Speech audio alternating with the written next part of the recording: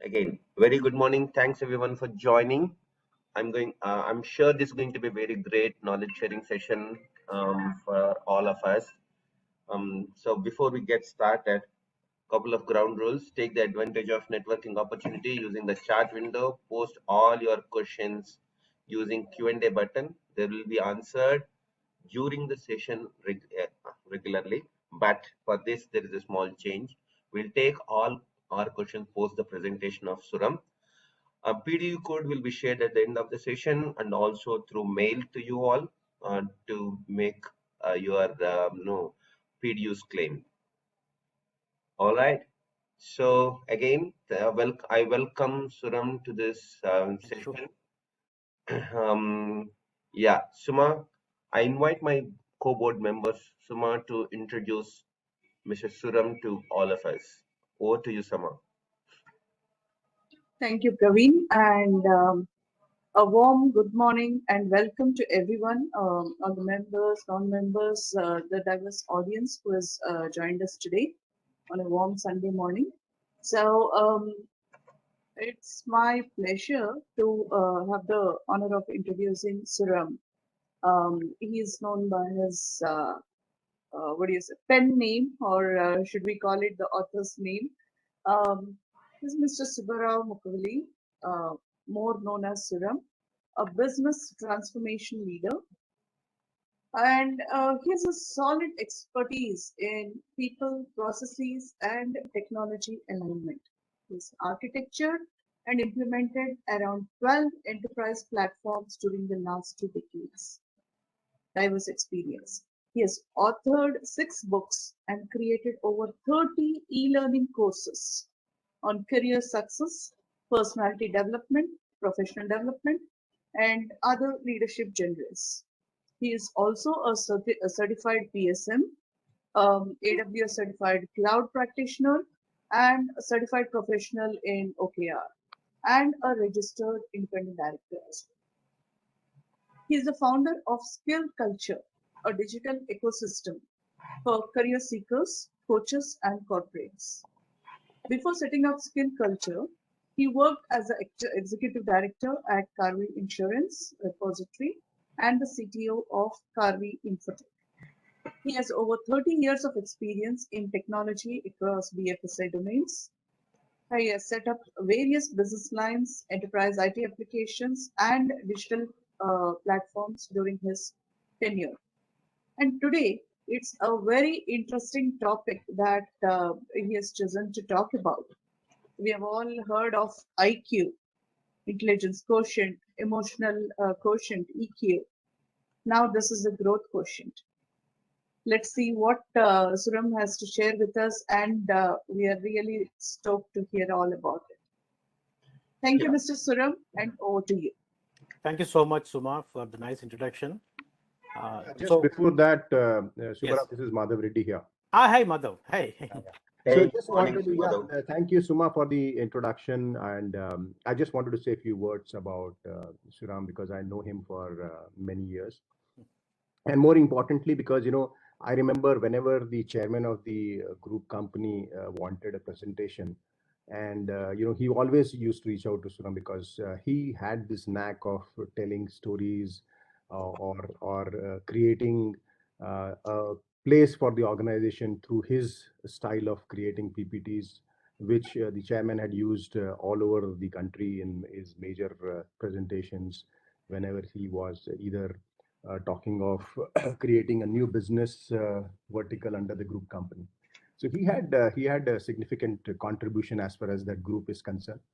But that's history now, where that company has gone. That's a different matter. But as far as the contribution of Suram is concerned, has been very, very significant. And I'm sure he has bundled up something very good for all of us, and I'm sure it's going to make a difference.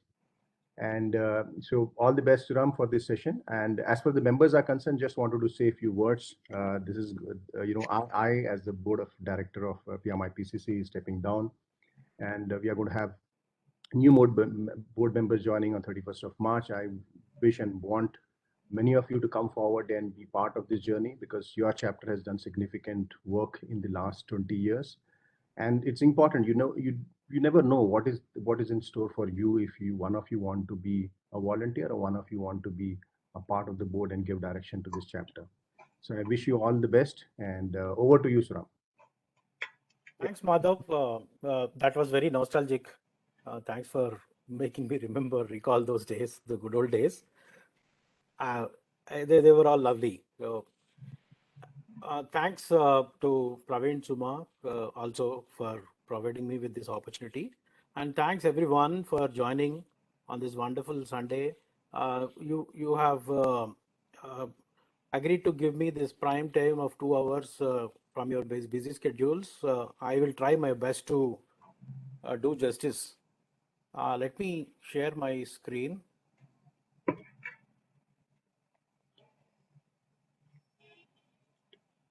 All of you can see this? Yes, Suram, we can. Wonderful. You can only see this presentation or the screen because I No, we want are this to seeing be the presentation. maximized. Yes. Okay. And a special request for some people who are who joined from mobiles, if I may request them to switch to desktops because the screen will be large and you will be able to appreciate what I'm trying to say. That said, let me begin. Today, as Suma and Madhav told, the topic is about the growth quotients. We will see how we can get a 13th check, 13 months in a year and 14 paychecks every year. That's two more paychecks. How do we get? One more month. How do we get? It's not a Ponzi scheme that I'm trying to promote here. Don't worry. These are all my learnings from the Life Lab. Life Lab teaches more lessons than anything else. This is what I have learned in the last 25, 30 years. Look at this tree and the storm.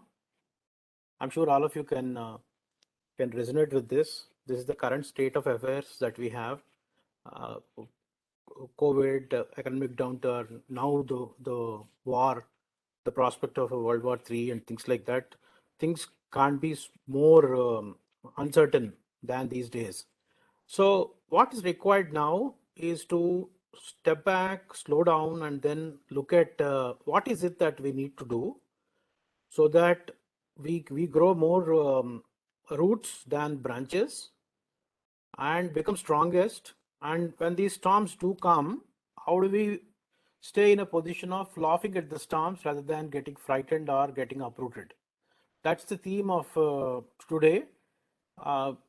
We are just going to go back to basics. I know all of you are very busy persons, successful individuals, but just for the next 1.5 hours or so, I request you to slow down a bit and reflect on some of the very basic fundamental aspects of our career and also life. I'm not just singling out career here, also life. So the question is, how do we make our career very storm-proof, and how do we get a huge competitive edge? What are the foundational and very fundamental aspects of making so? That's what I intend to cover. So please stay put, and then I hope to be able to do some justice. Now, this is our success tour. You can call me your tour guide.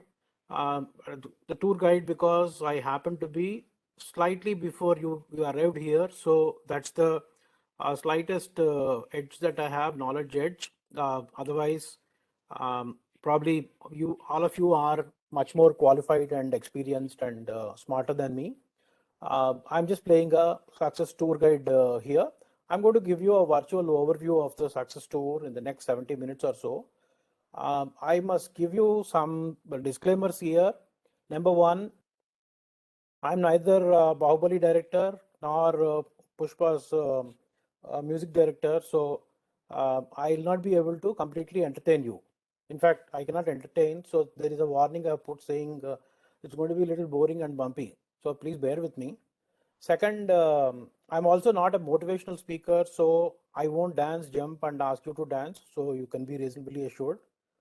Finally, I'm a parent of twin children, the teenage children, so you can very well understand my mental position also. So please bear with me for whatever I say. Next 60 minutes or 70 minutes, if you concentrate on what I'm trying to tell you, you are going to gain a bit from this discussion. So just to put things in perspective, after the session, you won't become super rich, you won't become super enlightened, I guarantee you. But what I also guarantee is that if you follow me throughout the session, you will be in a position to ask some very critical, fundamental, foundational questions and also find answers to some of them. And you will certainly learn what is not taught in several business schools.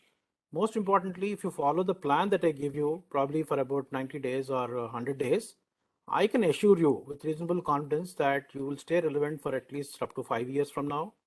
And you will have more time and money. That's the 13th and 14th check that we are talking about. And then you will definitely command more respect for being a knowledgeable and insightful person. You will get a better stature in the society. If that's enough of selling from my side, this is what I think will be the objectives of this this session, or the outcomes of this session. So what's the big deal? What is in it for me, for you, I can tell you. If you are able to save an hour a day, what can you do? You can spare at least 30 minutes per day, and assuming that you earn 1,000 rupees per hour, which is abysmally low, all of you can command at least 3,000-4,000 or at least $100 per hour. Assuming that you do this and set it aside, and I assume that you are around 35, 40 years of age. Another 20 years, if you put it down, you can build a retirement corpus. Reason I'm bringing this element of retirement corpus is that you have to, among several things, it's time for you also to plan your retirement. I'm not a retirement consultant nor a seller, don't worry about it. But this is what you can do possibly, and this is what you should do also. So having said that, let me begin. Are we good to go now? Can we start? Yes, Ram, yes, definitely. I think with those opening slides, I'm sure we are all eager. Wonderful, wonderful. Now, I understand that the complete life learning coverage, the Life Lab reflections will take at least 40 plus hours. We don't have that much of time and that much of patience for anyone. So I'm going to keep this presentation online for you to watch. I'm also going to give you several digital downloads. If you so wish, you can also join my cohort community. So this can make we can make it actually a permanent affair as part of our lifelong learning mission. And if you are keen, and if PMI allows us, we can also have several follow-on sessions. So all I want to tell you is that I'm with you. I'm with you in your growth journey as a success tour guide and a growth coordinator. That's what I want to tell all of you. And one more important thing is that all of us play very multiple roles. We have multiple responsibilities, whether it is taking care of ourselves or as a parent taking care of our children or team members, elders, net, all the dependents that we have. Some of what I'm actually going to explain, you can also apply the learning to each of your dependents in your professional and personal lives. So this is a most important thing that I wanted to convey to you. So please pay reasonable attention. Now, as with anything in life, Pareto is applicable for success also. There are always 20% of our skills, competencies, actions, and habits that produce about 80% of our results. Now, my objective is to focus on those 20% of the skills, actions, and habits and the competencies so that you can get 80% of the results in the probably next 70 minutes is what I'll explain. But in the next 70 days or 100 days, if you plan, you will make a solid foundation. Now, if we are all okay with this, my request is to switch off your phones and switch on your minds. Now, this is a broad agenda. We will start with the growth context. We will set a context to why we are saying what we are saying, and then we will explore the growth quotients. These are the success enablers that we have. We'll spend about 40 to 50 minutes on this thing, and then we'll quickly cover the growth enablers. What enables these growth quotients, and with the context that we have given. This is the broad plan. I will try to be as fast and crisp as possible. let's continue. Now let's start this success journey, success tour with some critical reflections. The first question that I want all of you to ask is that will we be relevant after 5 or 10 years? What is, if we are not going to be relevant, what is the what is wrong with our skills and experience? What is that we need to do? What are our enablers and impediments? What gives us the professional growth and career success in a very sustained manner? What are the top 10 items that we must focus on? So the order of the day is to preserve our relevance. It's more important than ever because the global landscape is changing. There are several things that are going to come. So this question becomes very, very important and relevant. Will I be relevant after 5 years is the single most important question that we have. So assuming that we suspect our relevance, what is wrong with what we have learned so far? The question is that will we end up like being a rotary phone as a museum piece? We should check that answer is both yes and no. The problems that triggered this this particular thought process is that we tend to overtly focus on skills, more skills and some more skills. There's something beyond which we will see. Then most of us, thanks to our education, we fall into intelligence trap. We develop complacency after some period. Some of you may not be complacent still, but this is a danger that you have. Something like a midlife crisis, you'll have a mid-career crisis as well. And then there are some hard truths about hard skills that we get. Overtly focused, thing on the hard skills, the technical skills and things like that has its own perils. And there are new ABCDs in the world that's going to come and set of other things like the changing roles, changing competition landscape and a lot of other things. Let us explore these. Now, what should we focus on? There is an excessive focus on our skill. So should we focus on skill or sense? Let me ask you another question. What do you focus on, your eating skills or eating sense? If I tell you that I have got excellent eating skills, what do you say? You'll say that please develop some sense also, right? Similarly, what do you care for, driving skills or driving sense? A driver may be very experienced, doesn't matter, but it lacks driving sense. He mixes drinking and driving or speeds up, doesn't respect the traffic lights or so on. It's going to be a problem, right? Similarly, we see a lot of people with a lot of very good communication skills, but they lack communication sense. So they talk whatever comes to their mind and the tongue. That's a problem. So yes, Pramod, yes, sense is first, and then we will have to gather the skills, but we should ensure that our skills stay sensible. That's the most important thing.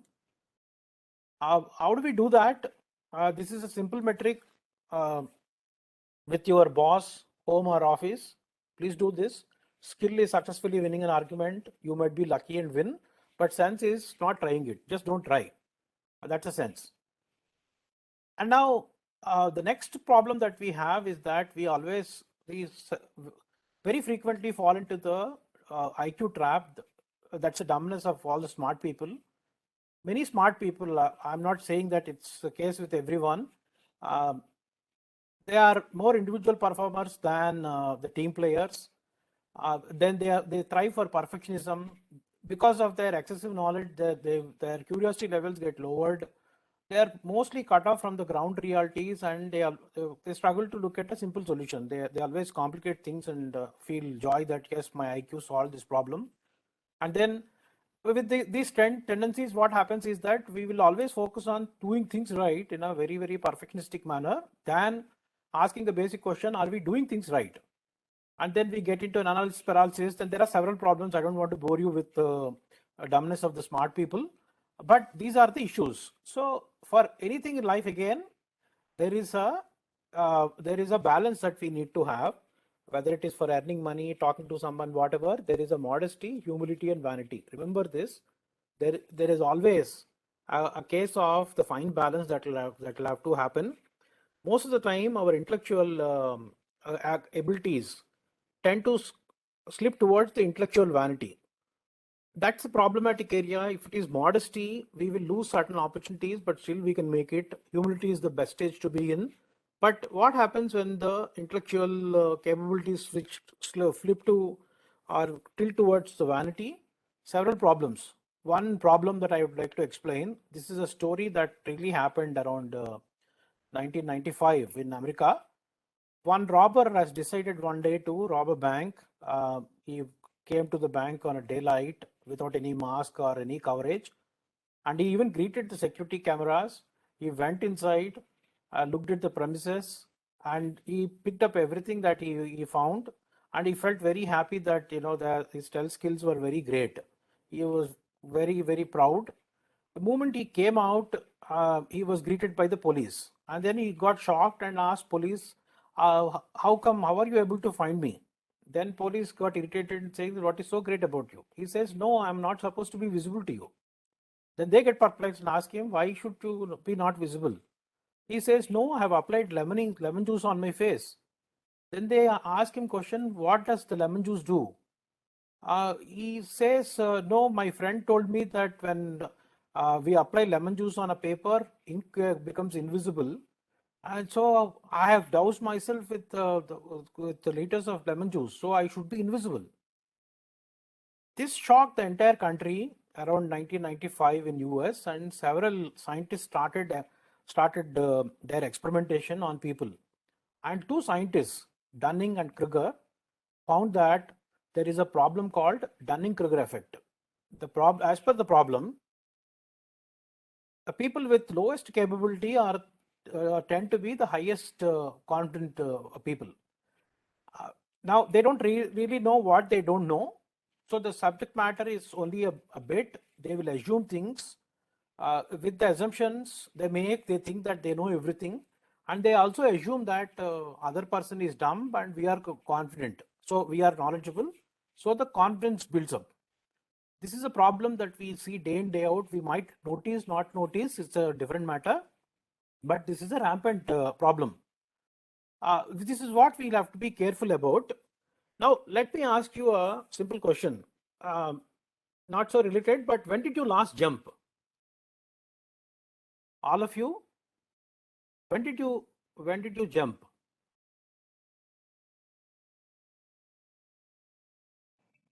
Quickly give it in the chat window. In school days, we jumped, fine, that's good. Any other takers? Somebody else? It's a simple question, don't complicate it. When did you jump? That's all. 3 years, you got promoted, college days, good. But all of you jumped to conclusion now. You all assume that I am asking about your physical jumping. You may have jumped in the college, whatever. You may be jumping daily on your colleagues, also not an issue. But you jump to a conclusion now. You assume that my question is about physical jumping. This is a problem. Before we answer the question, if you don't get, yeah, it's okay. I still see people writing in the chat window. I think it's okay. Now the question is about when did we mentally jump? That's a question. So we assumed and we think that we know the answer. We've answered it. That's a thing that I'm trying to explain to you. Now moving to the next topic, the current landscape, all of you know, thanks to COVID, there is so much of transformation that has happened. So we have new ABCDs now, the artificial intelligence, blockchain, cloud computing, and the digital and probably even data landscape. Now, this is what actually determines how much money we have in our wallet at the bank, how much time we spend with the loved ones, how much time we spend in the office, elsewhere. Everything is determined by these ABCDs. You may not be a techie, doesn't matter. Even if it's despite the fact that you are a techie or non-techie, whatever you are doing, if you are a corporate employee or a corporate leader, you are affected by these ABCDs. So this is where a lot of reskilling, upskilling has to happen. The next challenge that we have is that we have several changing rules. Our roles are changing. we were probably best during the initial parts of our career. The technical skills were very good. We strive to make it happen. And when we get promoted, and then when we have to handle the team, people start fumbling. And when they reach the top management stage, this is a state where you will have high requirement of conceptual skills. What are the conceptual skills? You can think of them as critical thinking, creative thinking, strategic thinking, any of those. This is what I call as six-pack thinking. There are 6 types of thinking that we have. Each person has to be equipped with that six-pack thinking. The mind has to be a six-pack mind. For most of the people, unfortunately, they don't even know that such a thing exists, and their career graph goes, in a very steep manner, and it starts to tumble here. They get stressed, they get frustrated, they develop health problems. All of that happens because we are underskilled for the current job. That's a problem that we have. Now, how many skills do we need to get? I'm sorry about this very cluttered and complicated scene. This is a game called Stars and Scars. I have designed. Whenever we get time, we will definitely play that. This is going to be very entertaining. But the broad thing that I want to tell you is that there are about 100+ skills that we need to learn throughout our career. Either we learn and feel happy, or not learn and feel unhappy. Of course, there may be a slight segment of people who don't even know that they need to learn, and they are blissful as always. But these are the skills that we must learn in our career span. So how can we concentrate on so many skills? Are they required? Definitely yes. You can take me on my face value, but how do we develop these skills? So I have designed a simple framework for you. We can categorize all of these skills into these 7 buckets. Call them 7 colors, rainbow colors, whatever. It's your ability to communicate. It's your ability to communicate with yourself and also others, your prospects, your team members, the way you collaborate, the way you convince people, your creative and critical thinking, the 6 packs that I talked about, or the way you control your mind and others, or the task list in front of you, client in front of you, or the way you resolve conflicts, where you continuously improve and continuously develop yourself. These are the 7 themes for today. This is the most important thing that you need to learn to upgrade your careers. We will cover this completely, don't worry. But it is always not about seeing what is going to change. Sometime back, somebody, I believe, asked Jeff Bezos as to what is likely to change in the next 5 years, 10 years. How are you realigning your strategies and things like that? Then he says that, yes, that's a good question, but we need to ask another important question. And what is not going to change? We should focus our strategy on that. Changing, several things will change, but what is not going to change is something that will give us the better direction, better strategy, and better stability. What are the things which will not change? Whether it is 1,000 years ago or 2,000 years hence, 3 things are not going to change. Number 1, our outlook about the cost, speed, and quality. Even after 1,000 years, nobody is going to tell Jeff Bezos, if he's alive, and say that, you know what, you shipped my product very fast. Probably you could have taken 2 more days. Nobody will say that, you priced it very low, take some more money. Or the quality seems to be near 100, it's unbearable, reduce the quality and send it back. These questions nobody is going to ask. Nobody is going to tell us that either quality is high or price is low, or the speed is unbearable. No, as long as we focus on these 3 elements, we will have the best of the strategies in every boardroom, every life also. So this is what we must focus on. As long as we are able to focus, this is the secret behind Jeff Bezos' success and his 14 or 15 leadership principles. Everything goes around these principles. That's how they are able to become so big. So are the other companies. So the important thing is to focus on what's not going to change. Now, let me tell you a simple method to make a choice here. I assume that all of you are around 35, 40 years of age.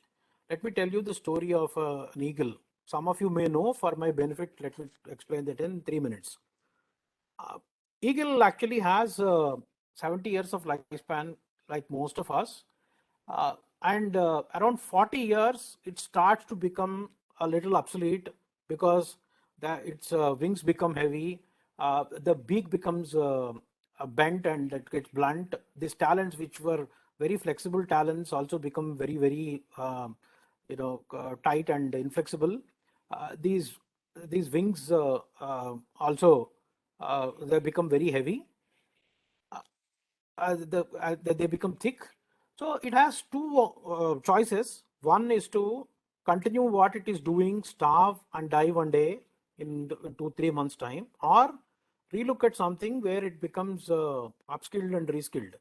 Now, what it does is it goes to a secluded area and then bangs its beak and then talons and everything with against a rock. So hard that all of them fall down, they break and fall down. Then what happens is for 2 months it struggles without food, without ability to move and all. And then after the regrowth happens, the talons grow, the sharp beak happens, and then the light wings happen. It survives for next 30 to 40 years. This is more or less the case with us also. Don't be under the impression that we will technically retire at 60. Those days are gone. That's a government sector thinking. But right now we have so much of growth ability. Thanks to the medicinal advancements, people can become stay and fit for up to 70 years. Think that you have another 30-40 years of career ahead of you. That's the most important thing that you can think of today. Your career is going to be longer than your current age. Remember that. So you'll understand the requirement for continuous improvement, continuous development. The CI/CD is different from our personal context, or upskilling and reskilling. That's the most important thing. That's the growth context that I wanted to give you. Now we'll quickly get on to the growth questions. I'll be a little fast from now onwards. The first question that we need to ask is that, are we literates, literally? Yes, I apologize for asking such a blunt statement, but the question is, can you predict your own behavior? Can you identify your own impediments and enablers? How many of us are capable of doing that? If you go into a room, can we read the complete room consisting of our clients, our prospects, or our colleagues, peers? Can we read everyone in the room? Can we read mails properly and then respond meaningfully? Can we write proposals and presentations? What about our data literacy? What about our digital literacy? Answer to each of them, you can ask yourself, but I would think these literacy rates are fairly low. So it brings us to a point where we have 4 such elements called our self-literacy, knowing about ourselves, the environmental literacy, digital literacy, and data literacy. This is the core theme of our session. Now we need to develop consciousness quotient, environmental quotient, digital quotient, and number quotient. These are the 4 important elemental quotients that we need to have to propel our growth. We will see each one of them. This is where we stand now. We just cleared the boot camp and set the growth context. We will now move on to the consciousness quotient. Now, here are the special glasses that probably will help you to see where others see you. If you're not equipped with these glasses, you better concentrate on this consciousness quotient I'm going to explain. Now back to our 7-color theory. If you understand the consciousness quotient well, you can tick almost 5 boxes. You will understand how to communicate with yourself. You will understand what is creative thinking, critical thinking, how to control your mind, how to control others. All of these can happen with this consciousness quotient. Needless to say, mind is the root from which everything grows. If we just take care of the mind, everything is included. We know about our universe well, the galaxy, Milky Ways and all. But what you want to know at this point is that there is a universe. There is an equal or a bigger portion inside us, which is even more exciting, even more relevant to our growth context. That is what we'll have to explore. Now we surf internet several times during the day. We are addictive. But when did we last explore our internet? We keep upgrading several of our possessions, whether it is phone or whatever. When did we upgrade our brain? When did we last meet the most important person? Who's that important person? The person in the mirror.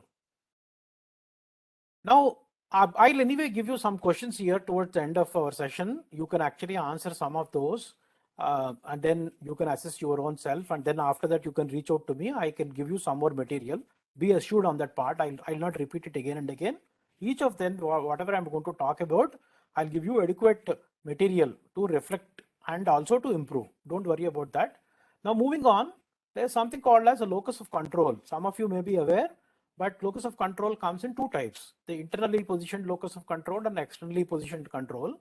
Now, those with internal positioning of the locus will always know that they control their destiny. Whatever happens is because of their results, habits, and actions.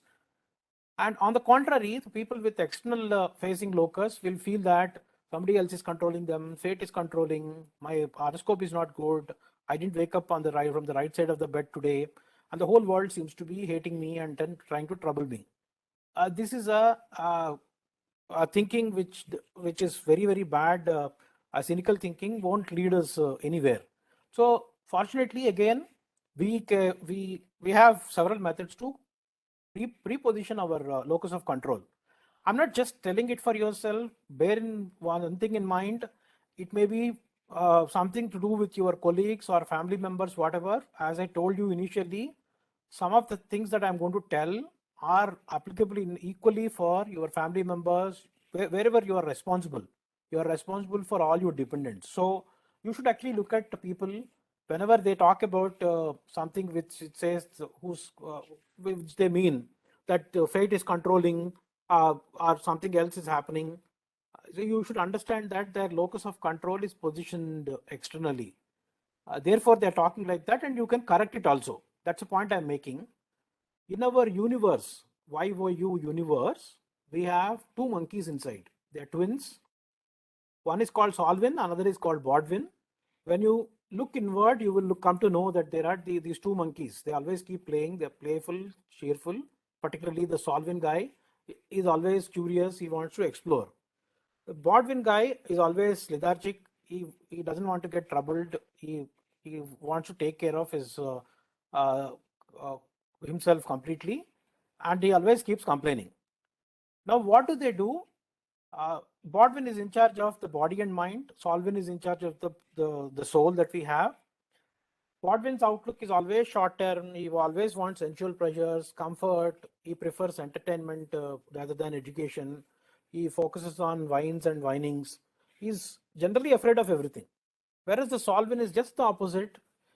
He has a long-term outlook. He's purpose-driven, goal-driven. He strives for reputation. He prefers education. He focuses on winning. He's always curious, and the list goes on. So how do you tackle this? You should knock Bodwin down all the time and encourage and promote Solvin. How do you do that? By developing the consciousness quotient again. Okay. Now, let me extend some of those characteristics. Solvin is intrinsically motivated. Bodwin is extrinsically motivated. What do I mean by that? Let me explain. Whenever we dress, Solvin always looks for safety and comfort, whereas Bodwin is always gets dressed to get praised.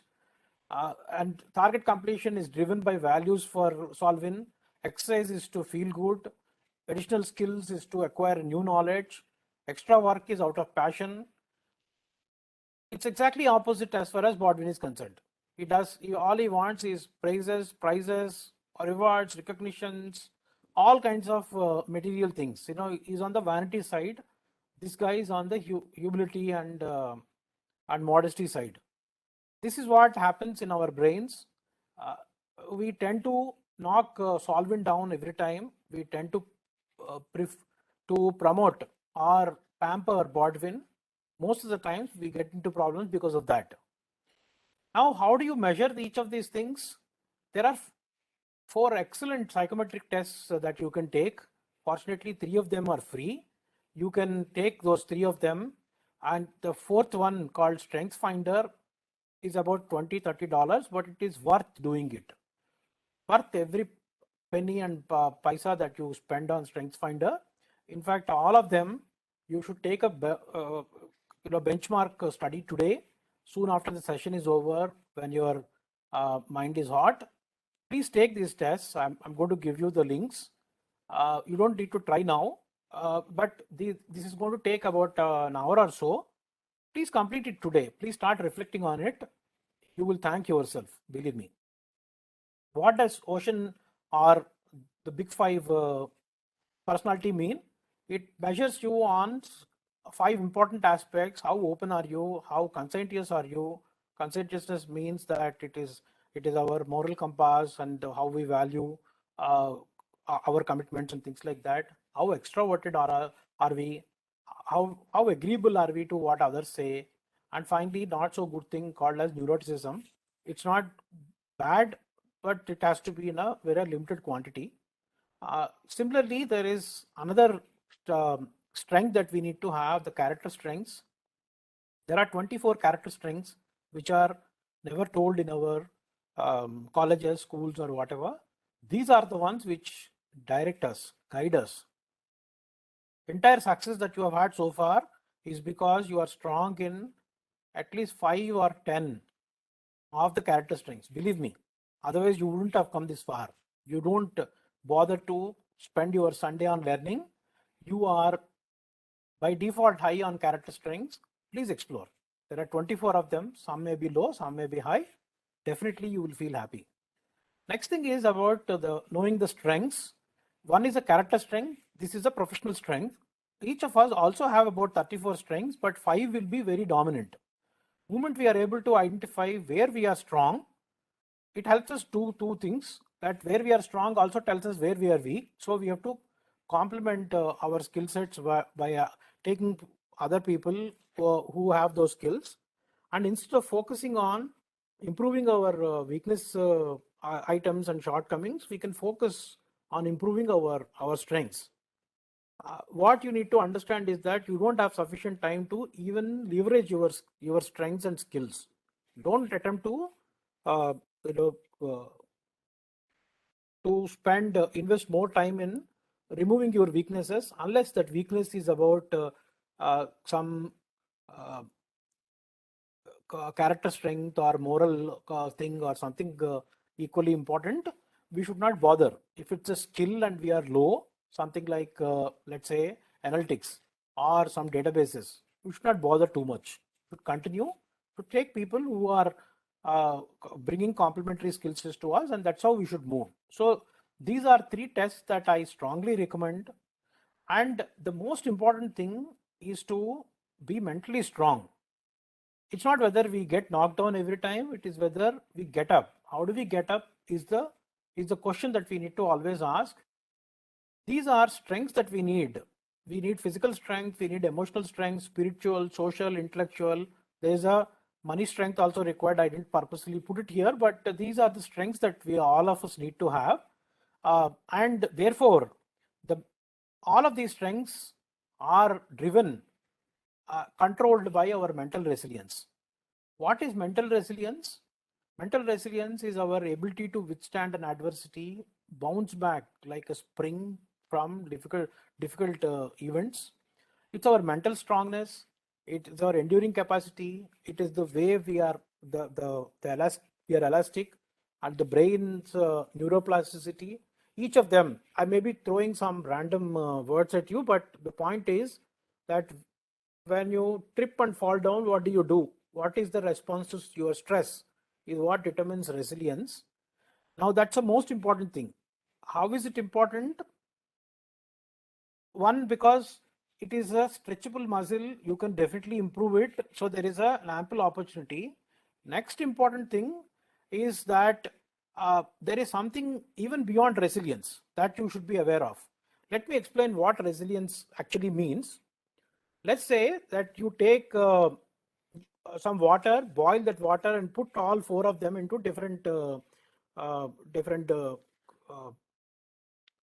containers, into different bowls. What happens to the salt or crystal salt or sweet, whatever we can think about it? This completely melts and it doesn't even have its body preserved. Whereas a carrot actually becomes very, very soft. Now, egg previously was in a very, very shallow, brittle way. Moment we drop it, it would actually break. But after it is boiled, it becomes stronger. Now, the beauty of coffee bean is that it actually gives the aroma. It fills the room with aroma. It makes us very, very happy and very, very comfortable with that aroma. This is the resilience that we are talking about. This is least resilient. It is very fragile. This is somewhat resilient. This is very good resilient. Whereas this is something called as anti-fragile. What do you mean by anti-fragile? It is beyond resilience. It becomes better when it is subjected to a harsh treatment. We subjected this coffee bean to harsh treatment. It started giving flavors to us. That is anti-fragility. Whereas an egg, which was very brittle earlier, we subjected it to trouble and it became hard, which is resilience. This is anti-fragility. Most of the people are thriving today for anti-fragility. This is the reason that you need to acquire the qualities of being anti-fragile. Make sure that you bounce back from adversities, orient your locus of control internally, develop the growth mindset, knock Baldwin, force solvent to do much better and things like that. That's the most important thing. If you don't have the mental resilience, if you don't become anti-fragile, whatever that you do, it's going to be very, very difficult. So with the mental resilience that you build, what you need to do is to expand your comfort zones. It's mutually exclusive, whether it is comfort zone or growth zone, both of them don't stay together. If one is there, the other will not be there. So how does this happen? If you stay in a zone of comfort for some time, you will slowly begin to get important. And when you make an attempt to move, you will get into a de-risk zone, you will gain importance, then you will start to gain relevance, you will get fluent, and then you get affluent and eminent. When you become an authority, when you move from the importance to affluence, that is when people start respecting you. Now, will it stay constant? No, this what is eminent and affluent today will change and it will become obsolete, and you will again become will start from here. But that's a continuous journey. So that's a continuous improvement that we need to do ourselves. That is what is the most important thing. For that, we'll have to overcome all our fears, doubts, inhibitions, fear of rejection, fear of failure. All of these must be overcome. How do you do that? Let me tell you the story of two pros. I'm sure all of you know Boris Becker and Andre Agassi. During 90s, not 90, yeah, around that time, 88, 89, Boris Becker was very, very strong. He was very unstoppable. He has won the Wimbledon when he was around 18 years of age. And when there was a match when both of them played, Andre Agassi and Boris Becker starts with servicing, and then he takes over and then kills the competitor. That's it. That's how he does. So Andre Agassi got beaten several times. He got frustrated, and he went back home, and then he locked himself in a room. Just about when everybody was thinking that his Agassi's chapter is closed, his career is over, after some time he came out of his house, and challenged the Boris Becker. Boris Becker accepted the challenge, knowing that anyway he's going to win. Now, Boris Becker actually lost in about 9 matches. They played 11 matches. He lost. Andre Agassi has beaten Boris Becker in about 9 matches. And then it happened. It was his time to get frustrated, and then so much so that he resigned, retired. And when they met again after a good period of about a decade or so, Boris Becker asked Andre Agassi, "What happened? Did you develop some extra mind activities or superhuman activities? What are the superhuman powers that you acquired?" He says he didn't have anything to hide because both of them got retired and they were counterparts to each other. He said that I took all your videos, the matches that you played. I observed your playing style very carefully. What I realized is that whenever you do a servicing to the left hand side, you will put your tongue on the left hand side. Whenever you do servicing on the right hand side, you will shift it to right hand side. And if it is center, it is center. So this allowed me to actually observe you, prepare for your blow, and that's how I won.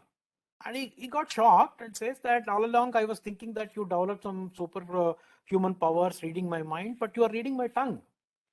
That's so sad. This is what actually really happened. Boris Becker had that idea of as the habit of sticking his tongue out like this. Now look at Andre Agassi.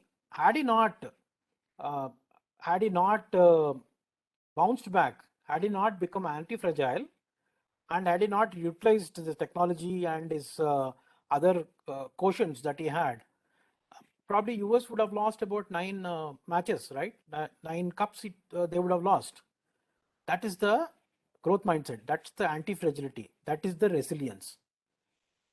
Once we develop this, we become unstoppable.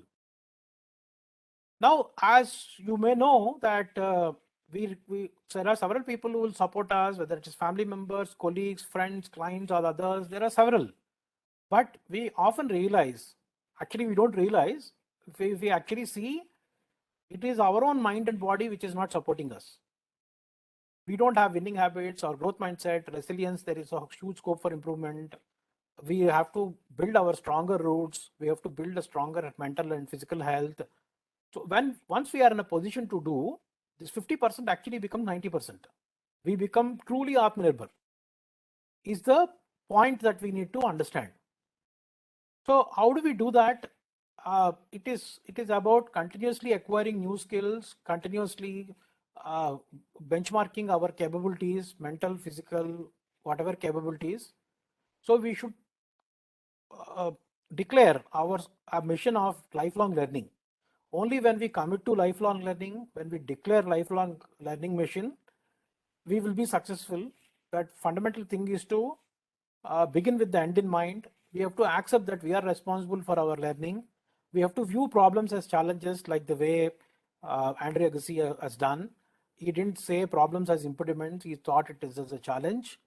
And then we have to create our own learning toolbox and all. I'll give you this copy, this particular slide. I will package it.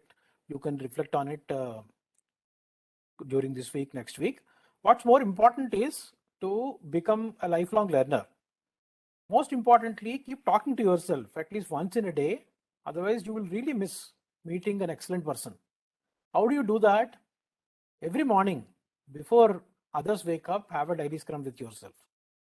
All of you are PMPs, you know what daily scrum means, how long it is. Just do that much. You'll definitely become better than what you are today. Just a reflection of what we have done so far. There is a need for us to explore our universe, adjust our locus. We have to tame our twins, Bodwin and Solvin. There is a need to improve our resilience and become anti-fragile. We have to overcome our fears, cross the comfort zone, and keep continuously learning.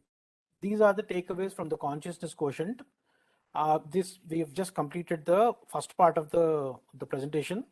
Just help me understand how is it going. We are actually going slow, but I'll try to cover it fast. But so far, how is it? Just quickly tell me How is it going? Good. If there is a problem, if I am fast or slow, you can tell me. If it is so far so good, it's good. It's very good. Now let's move. Let's move to the next section. Digital quotient. It's very important. Very important thing for us to gain at this stage. Look at this lady. She realized that our substitute teacher is an app. It's only a matter of time before all of us do. It's really going to be that scenario. I'm not trying to threaten you. It's really going to be like that. Believe me. Now, coming back to the 7-color theory we have, needless to mention, our digital quotient will tick all the boxes. We'll get every possible skill set and strength once we traverse to this. Now, this is just a gist of what has been happening in the world. I'm sure all of you know. There are out of 700, 800 crore people we have, there are about 500 crore mobile users, internet, media, everything is hunky-dory, everything is more than required, just that our brains need to be aligned better. There are bridges, infrastructure is good, but question is that are we really connected with the reality? Are we really connected with the future? Answer I would think is actually no. How do we develop this? Remember, digital quotient has 3 dimensions. It's your personal dimension, professional dimension, and a family dimension. Most importantly, once you take care of yourself, you become personally savvy, you will be able to drive rest of the things. So what do you get? You will get higher productivity, you will become more secure, and you will make yourself very convenient. Now, what does digital quotient give us on the professional front? We can use digital quotient to improve our productivity. We'll get more visibility. We'll stay relevant. We'll get competitive advantage. Whatnot, this is just a 5 box that I have put here, but there are several advantages of having a high digital quotient. I'm sure all of you know that technology is changing very rapidly. There are several new technologies coming. I have only put very important technologies here, but I request your personal attention towards this boxed item, robotic process automation and low-code platforms. This can really change the way you operate. Your 13th month will come from here, 14th check will come from here. I promise. This is what happens. In the digital quotient, if you actually get, you will definitely become super competitive, super productive. You don't need to do any doctorate here. You don't need to have any coding skills. Without having any of those, just by focusing on these 2 skills, you will become super productive and the most glamorous.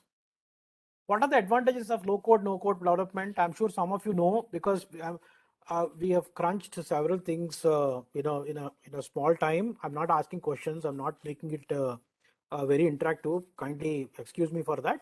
But the point here is that with low code, no code development, you will get high productivity, lot of speed and agility. There will be low maintenance. So therefore, we can go faster to the market. We get a lot of competitive advantage, personal and professional. All of these things happen with low code. These are the low code applications. Again, I'm going to give you a copy of this. I'm going to give you the references, reading material. Don't worry. Whether you want to build a website, a mobile app, a rapid prototype, complex workflows, any sophisticated reports, which all of you must know as PMPs, the answer lies in these tools. Believe me, they will do a world of good for you. This is what you need to do. And this is yet another trend that I want you to be very acutely focused on. The freelancing is there to stay. Come 2025, there are going to be about 150 crore people. That's about half the size of working population will switch to freelancing. What does it mean? It gives two opportunities. One, you can actually explore some side hustle if you have sufficient time and inclination and your current office supports you. Or most importantly, you can actually fill your workforce with these people. Having said that, The current workforce is in two types. There are humans and there are robots, which was not there about 5 years ago or so. Believe me, right now our workforce consists of these two important players. Humans are your full-time employees, freelancers, consultants. Robots are your apps, RPA, robotic process automation bots, APIs. There are several of them. Now you can have a healthy mix of this workforce. There are about 6 of them. You can have a healthy mix of these workforce types. So you keep the FTE count to low. That itself will have several advantages. You will be able to scale. You will be able to repeat your success. All of these things happen. For now, just remember one thing. Your workforce is going to be diverse now. It is going to be that of robots, apps, RPA bots.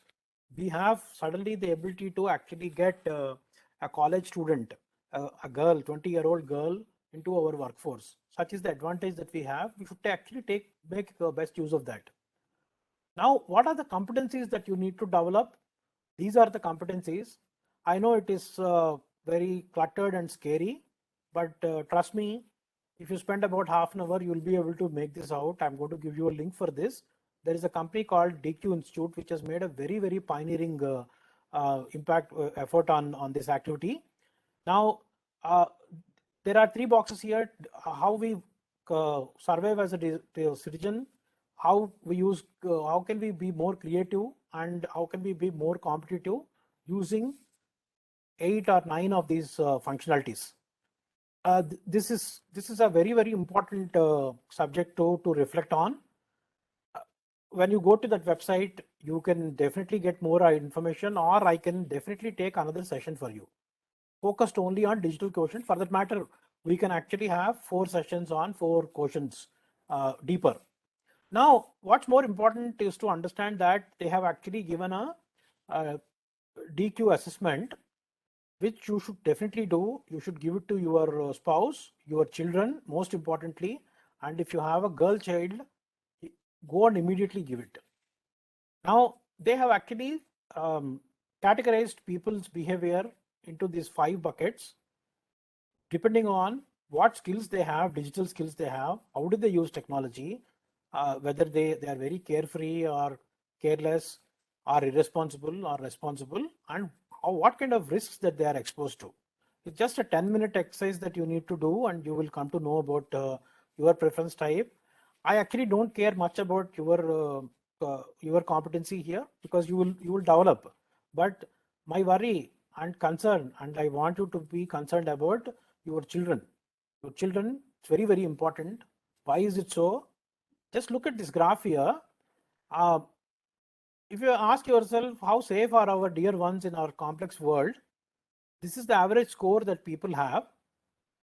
Anything less than 30 from the below average and below, see how they are, the risk profile, how is it changing, you see.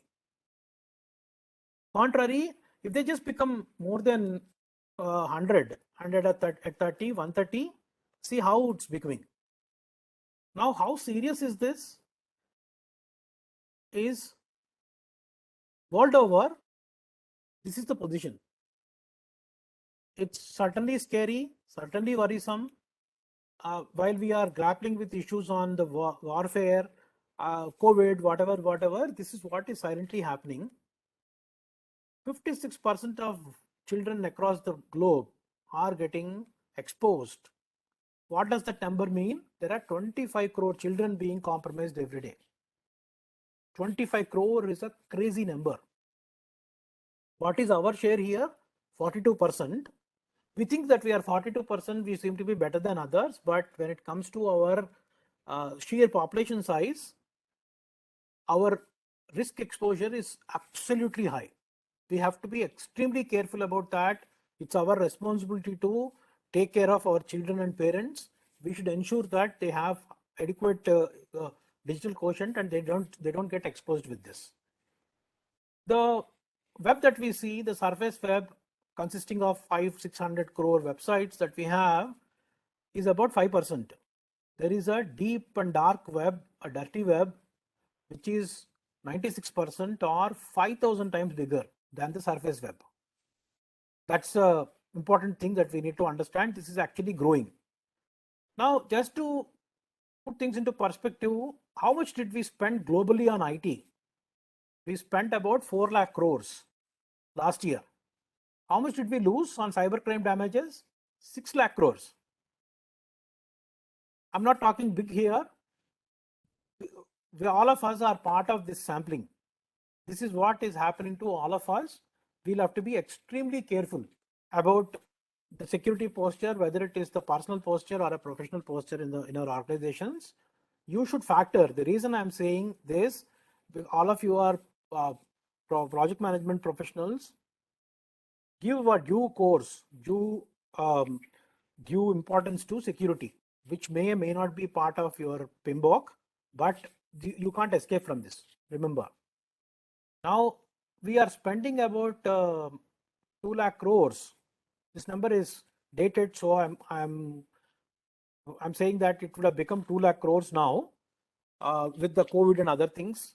Means that 2 lakh crores dollars is what it's GDP of several countries put together is what we are losing on cybersecurity.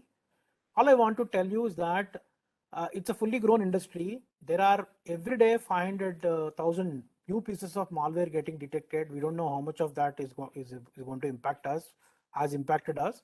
It is bigger and dangerous than COVID. There are already 100 crore malware programs taking rounds. I'm not threatening you. I'm not a security consultant or a security seller, but this is what you need to be cognizant about. This cybercrime industry is a fully grown global industry, more stronger than many other industries. We have to be prepared to combat it. Safe computing is our own responsibility. Ignorance is not a bliss, not with our children, not with our parents, not with the organization that we are giving. Remember this, you have to be digitally equipped, and then your DQ has to be very, very high. In addition to this, you also have to know certain laws, not that you become a lawyer or something, but the basic tenets of this law, particularly the Creative Commons and cyber laws, privacy, will protect you, will ensure that you don't go to the wrong side of the law. Particularly Creative Commons is very useful because we keep sharing a lot of information. In our eagerness to learn a lot of things we do, we'll have to be careful about the privacy and data laws.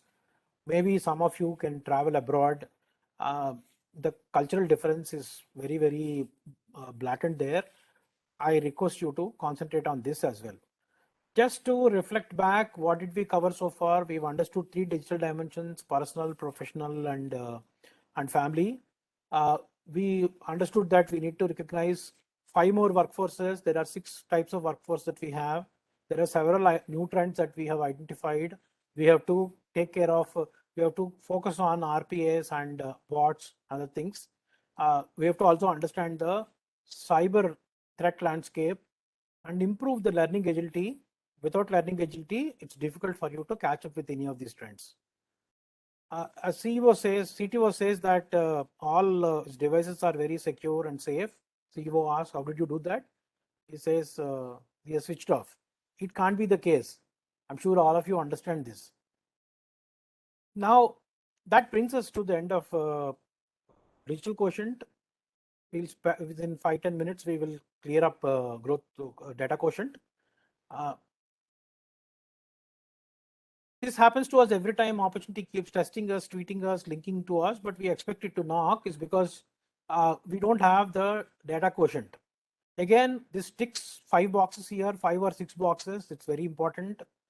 The context is not about general intelligence, general reasoning, arithmetic ability. It is about the business intelligence that we apply. It is about personal competitive intelligence, human intelligence. This is the context we are talking about. And the data is going at a rapid pace. Data every day, it's becoming double and things like that. So how much data we have on the planet? As per a study that is done in around 2018, the data that we have on this entire planet is 175 zettabyte. I'll come to what a zettabyte means, but I'd also like to believe that this was done around 2018 when the COVID impact was not there. I'm reasonably sure that the usage has crossed 175 zettabytes now, as we speak now. So how large is zettabyte? Without getting too technical, you know that 1 terabyte is 100 gigabytes. 1 lakh crore gigabyte is 1 zettabyte. Or simply put, there are 21 zeros. From here to here, there are 21 zeros is a zettabyte. Just remember that. Let's now put this into perspective. Let's try to understand how many liters of water are in the planet today. Any guesses? Rough guesses. Just take about half a minute. How many liters can we have? Remember, we are 2/3 filled. Planet is 2/3 filled with water, right? Hello? Just guess.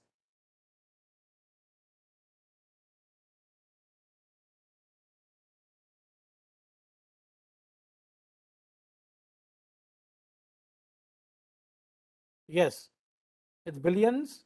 It is 21 followed by 1 followed by 21 zeros.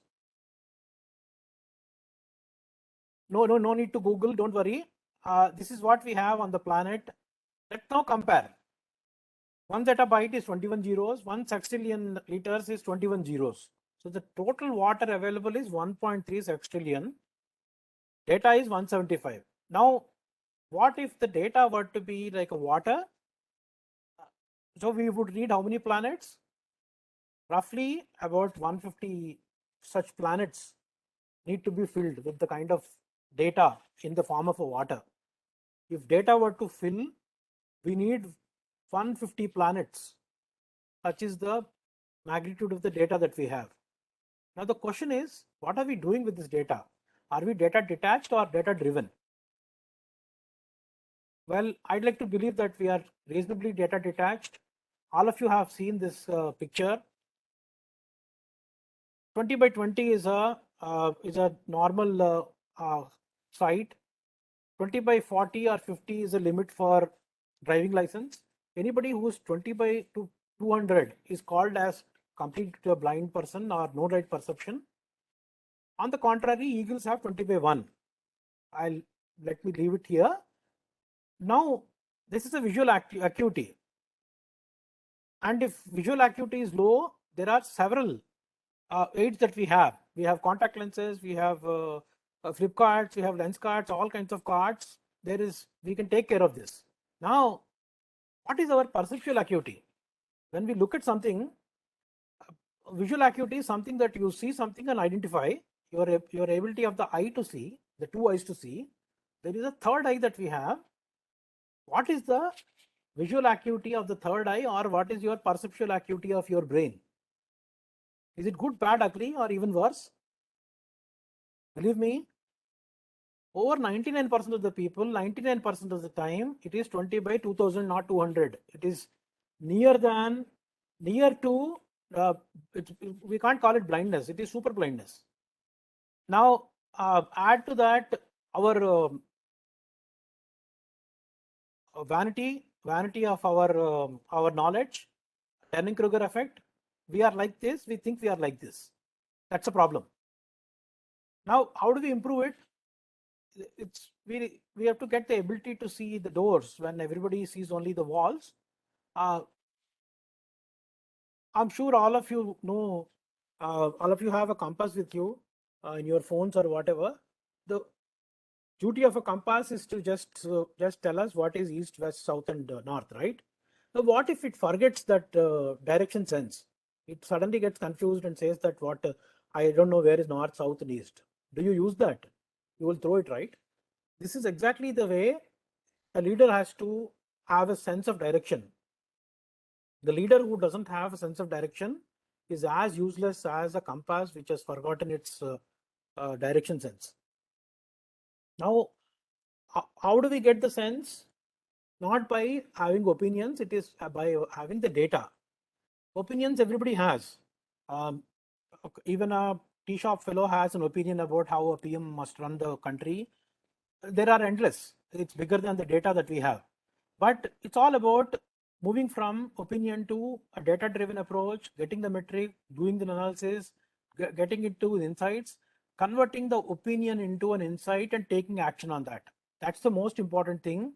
This is what we are supposed to do. How do we do that? We have to drive a data-driven culture, replace gut feelings with the data-derived fact, replace opinions with insights. We'll have to connect the data. We have to make the data available, make it accessible. Even I will give you sufficient material for you to reflect on this. There are broadly 4 pillars here. You have to shift your mindset, strengthen the skill set, sharpen the tool set, and get a solid data backing the thing. Then only you can drive the data-driven culture. What is the advantage of having a data-driven culture? For a typical Fortune 1000 company, 10%, just 10% increase in the data accessibility, usage, and data-driven decisions will result in a whopping $65 million additional dollars. That's how important the data thing is. There are several analytics that you can apply: customer experience, people, security, prospect. Every decision that you take can be dependent on the data that you take. Even for your project management, there are several KPIs that you will have, key for performance indicators. You can have timelines, quality, budget, and effectiveness. But if you ask me personally, this is what I have done my entire career. I used to measure my deadline sanctity. I used to see my compliance to commitment. How many of what I am driving with, whether it's with my opinions or data-driven insights. How am I driving the decision? Is it by forcing an alignment or making people agree willingly by explaining the situation, or making the people into a politically consensus way? And how many decisions have I taken in my office? HPPO means highest paid person opinion. This is your CEO. If he is driving all your decisions, means you are in a wrong path. This is what you have to really understand. Once you get to this state, once you drive this, once you have deadline sanctity, you should understand. Because you are a PMP, all of you are PMPs. Let me tell you one thing. You will have several frameworks to drive projects, whatever. Just ask yourself one question: how many of those projects have a cost and time overruns? I'm sure the answer will be a resounding yes. But also try and see any marriage in your family circles, whatever, a marriage muhurt, how many times did they have a time overrun or a cost overrun? Time overrun near zero, because there is a deadline sanctity. Once we have the deadline sanctity, things will automatically happen. This is to do with our resilience. So the objective that I'm trying to tell is that how you can connect your DQ with TQ and CQ, and then do an interplay of these activities. Now, just a quick recap. We've understood the quantum of data. We appreciated the power of data and the volume of data.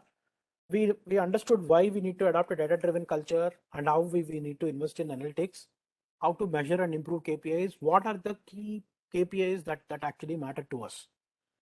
That's about the data number quotient. We are really like a children playing with pebbles here and there, picking up pebbles. And their vast oceans are undiscovered. There is so much of data we have not even seen, not laying the hands. We are busy playing with our pebbles.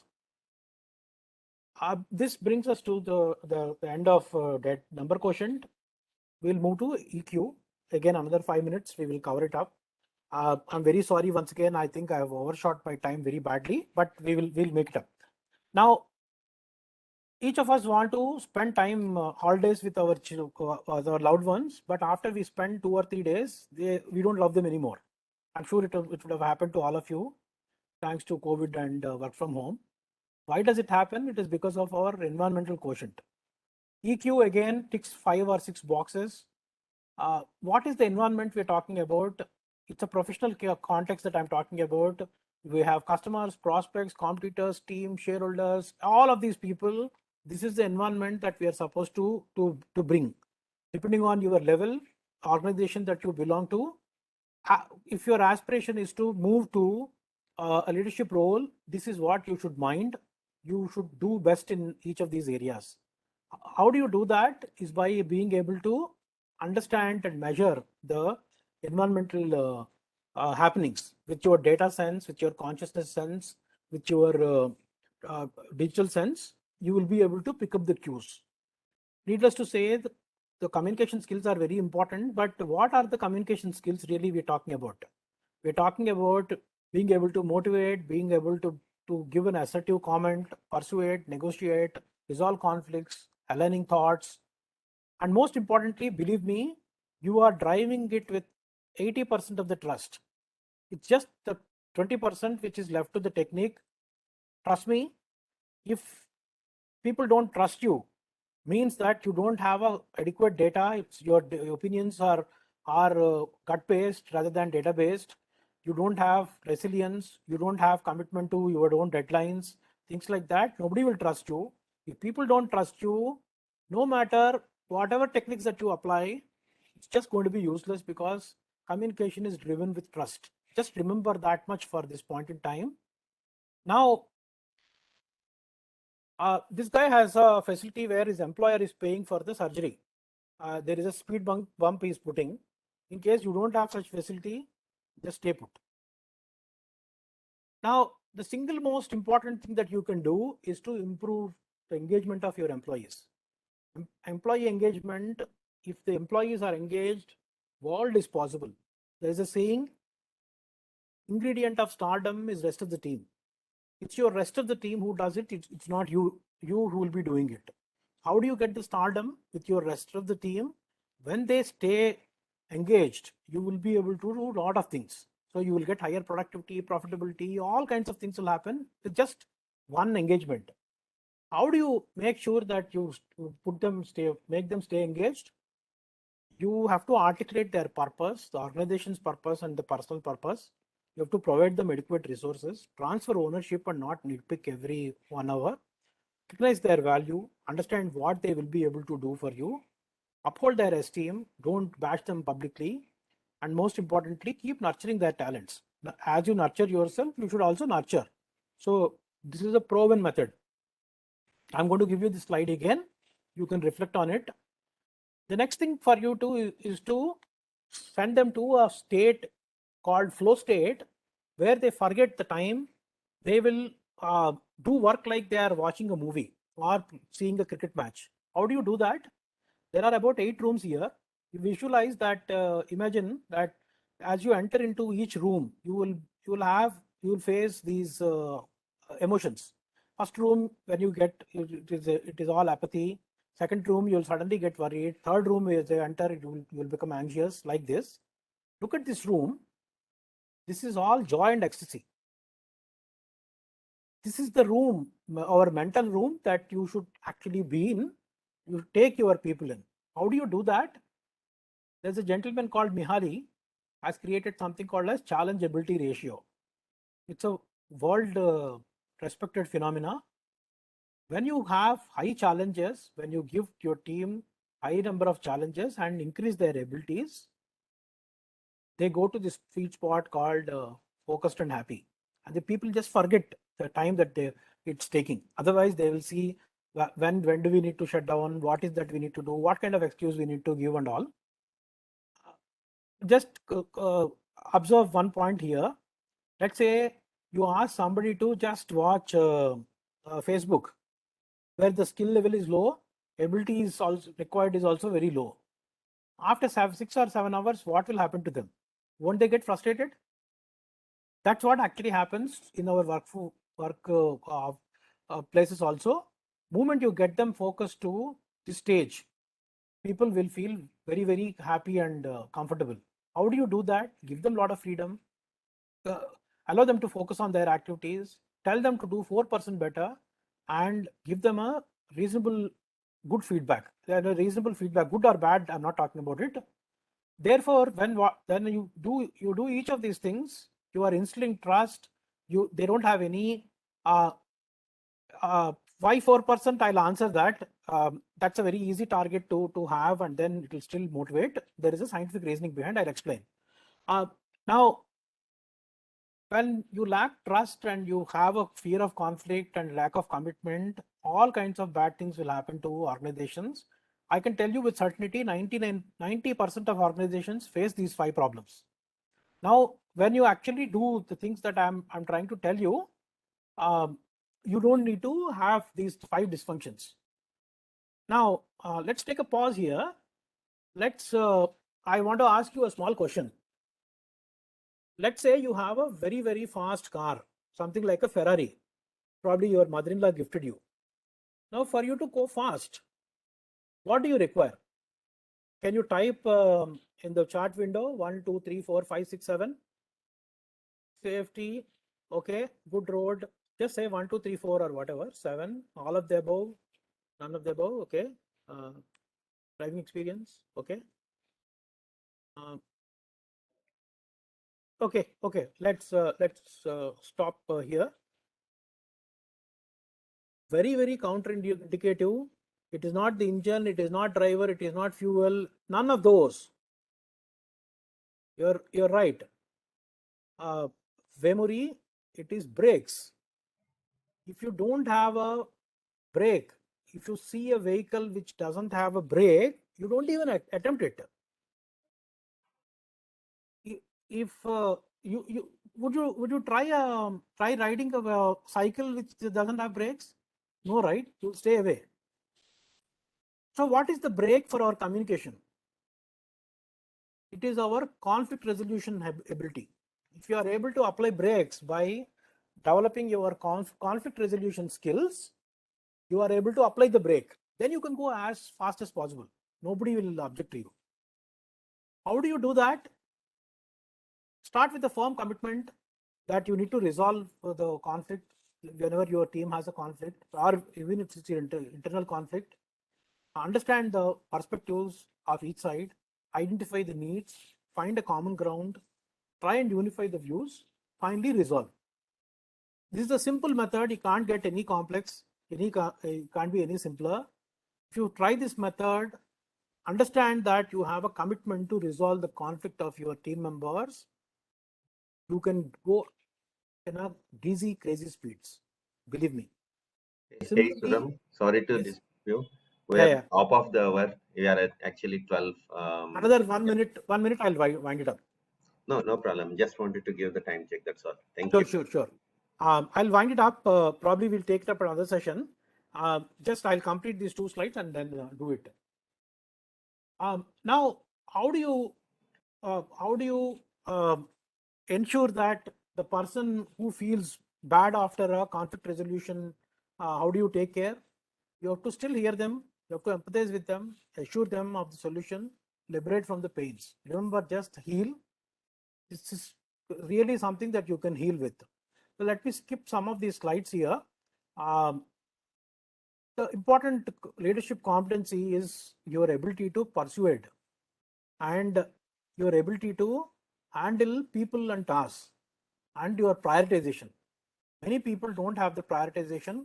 If you are interested in knowing more about this prioritization, I can run a email course for you where you will know how to prioritize. So you take care of each of those activities that I mentioned. You will have a trustworthy organization. You will have a lot of conflicts resolved. You can remove the FUD fatigue. FUD fatigue means fear, uncertainty, and doubt from your organization. You can be failure friendly. You can drive high engagement. You can start measuring with data. You start rewarding people with data, and you can drive everything with a sense of purpose. That is what the EQ gives us. Just a roadmap to what we are doing. We are talking about engaging our employees, the need to engage the employees, improving the productivity, fostering teamwork, removing their impediments, resolving the conflict, and then being able to prioritize action and set a strategic direction. These are the important things. This brings us to the end of all 4 questions. So let's take a pause here. Probably we will cover some of the other sections, in the next session or whatever. You can ask me questions now. All right. So yes. So the some questions that are coming is like, the personality identifying websites or links. Yes, I will give you, as I've told, I will give you those links. So Google will be providing them soon. There Sure. was one question that got added by Snehal Patel. Organizations are more tend to notice people with intellectual vanity than intellectual modesty. How can one be intellectual, modest, humble, but still get noticed? No, you have to have intellectual humility. Modesty won't help us. Vanity will put into a lot of troubles. Now, as far as the visibility is concerned, believe me, if you understand the basics of communication tenets, if you are able to measure with the right KPIs and then provide the visibility of your work. In other words, if you have a storytelling ability, you can get world of visibility. You can become a superstar. I don't know if that answered the question, but if you can certainly be practicing the intellectual humility. It need not be modesty, never vanity, but can still attract a lot of people, tell them about your actions, convince them about your initiatives by improving your communication, improving your storytelling skills. That's actually a subject by itself. Trust me. If all of you are interested, I can take that session also. All right. So yes, let me share my screen. So yeah, I'm grabbing your presentation. Please. Yeah. All right. So that is Suram for us. He's the speaker of this particular session. And yeah, many things. I don't know how 1.5 hours went away without any disturbance, lot of interaction. Thank you so much. A lot of great feedback, Suram. Indeed, it's a very great session. So far, one particular session without like disturbing anybody. Everyone is like completely focusing on the content. Very interesting presentations also, eye openers, as somebody is rightly mentioned. Yeah, lot of great feedback immediately with that we are getting in the chat window itself. It's very great.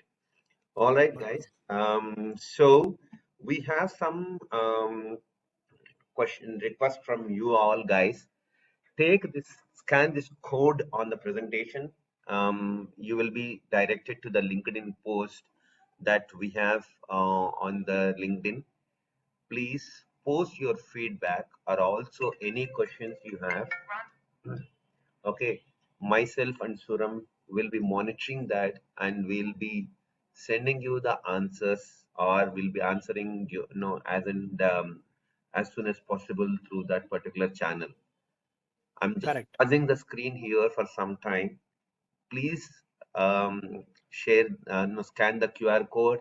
You'll be straight away redirected to the LinkedIn post, and bottom of that post you can add your comments, feedbacks, questions, and any other relevant information about this particular session on the post. And it's a very great presentation. All the list of books that Suram has published, you just search his name Subbarao Mukkavalli on the Google, you will be straight away directed to Amazon, where you can go for it, and then you can also buy or yes, Suram, please go ahead. They don't need to buy. What I'll do is during this week or next week, I'll make them free. There is a facility where I can give them that 100% discount, and I'll give the link. They can download the books. Absolutely no problem. Sorry, please continue.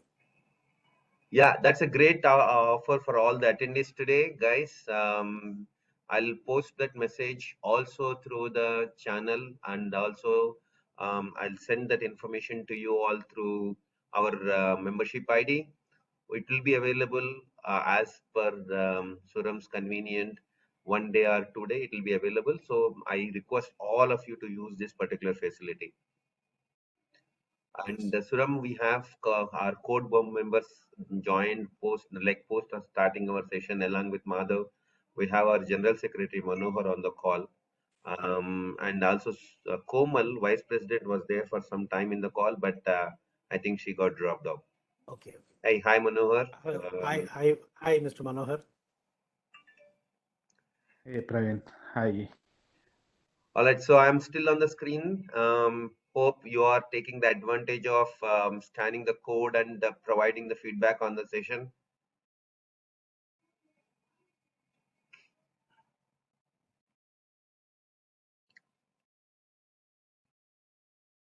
Okay. All right. The next is Pdu Information. So this particular session carries you 1.5 PDUs for the leadership category. So take a note of this particular PDU number, and this is a self-climb code. You can just try it away immediately after this particular session. You can do the claim of your PDUs.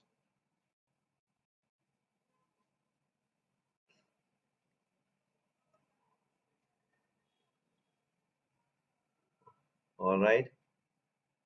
Okay, there ends our presentation and today's session. Thank you so much, everyone. I thank you, Madhav, for referring Suram to us, and it's indeed a great presentation and great insights about all the different quotients. I know the 1.5 hour is a very small time or a very, very, very minimal amount of time that we have given. But in the given time, Suram has done a great justice and great information shared. Thank you so much, Suram, for your time and Sunday morning. And thank you all the participants who has taken 1.5 hour of your time, like a very important Sunday. I know it's for everyone, but yeah, thank you so much everyone for joining, and no great interactive session for whatever the information that questioned or asked by the speaker. Many people have responded with the relevant information. I'm sorry not able to get more time from Suram today, but I'm sure we'll have many follow-up sessions from Suram, and lot other informations will be presented to all the PMIPCC members. And thank you all my co-board members. Thank you Suma, Manohar, Madhav joining the session today. I believe you also have got great insights about the growth quotient, and also all my volunteers who has helped me to circulate this information to all the members, posting through WhatsApp or no through any other social media, making the registrations happen, and uh, uh, getting the benefit from this particular session. Thank you so much, everyone. And for the for again the sake of members, I'm going to keep the PDU. Sorry, I'm going to keep this particular slide for some more time. You can just scan the QR code and provide the information. Provide your feedback there on that particular session. So, Suma, Manohar, Madhav, anything you wanted to add? I'm speechless actually. Usually I have a lot to say. Fantastic session, Suram. So much of information. You're talking about data. Now, so much of data has been converted into information, and I mean, bettering ourselves, the growth that we talked about, so commonly used word. And today you have given us a lot of growth paths, if I may call that. Thank you. So hope we'll be able to use at least some of them, and we are going away from this session better persons. Thank you so much. Thank you. And I would like to thank everyone for giving me this kind of time, 1.5 hour uninterrupted session on a prime Sunday. I'm grateful to all of you, and I'm always available for any assistance. I can conduct more sessions. There are more topics. Each slide is actually a course, believe me. So we have those many courses. Absolutely, I'll be glad and delighted to share each of these learnings with you. Sure. Thank you so much, Suram. Thank you so much. In fact, if anyone wants to share some, insights as well as questions and all, please go ahead, do that in the LinkedIn post so that we can take it, and even Suram may answer that as well as us. Please go ahead. Yeah. Sorry, Praveen. Please go ahead. Thank you, Suram. This is Madhav here. Thank you very much for accepting the request to take this session, and Praveen and Suma to execute it. And members, I'm sure you had a very good 1.5 hour session. Had good insight in, the learning never stops. We think that we are at this age and, there is something new to learn, and you find that there is something definitely new to learn. And I'm sure, we are going back, learning few things, and we are going to take away certain things that we are going to implement in our life. But I think what is important for us to, hear from Suram was that 3 or 4 times he did mention that I'm ready to take another session. I'm ready to help you out in your journey of your own life. Maybe few of us are in middle life crisis, or maybe in a crisis. We may be complacent, but what he's saying and what he's promising is that he's ready to help us out, help few of us to take that next step. So I think on behalf of the chapter, I'm sure on behalf of the board, Suram, we would be very happy to have you in the next session, and look forward for your contribution to make the life different or better for our members. Thank you very much for taking time out. Thank you so much. Thanks, everyone. Can I drop off now? Yeah, thank you. Thanks so much. And yeah, we'll be ending this session soon. And now I'll be available for some time so that we can get some feedback, and know people might require video code. You can drop off. Thank you so much, and I'll be in touch with you, Suram. Thank you so much for your time. Thank you so much once again. Thanks everyone for giving this time and opportunity for me. I'm at your disposal and at your assistance. Thank you very much. Great. Thank you so much. Thank you. Thanks. Bye-bye. Bye. Bye. Bye. Bye. Thanks. Thanks, Madhav.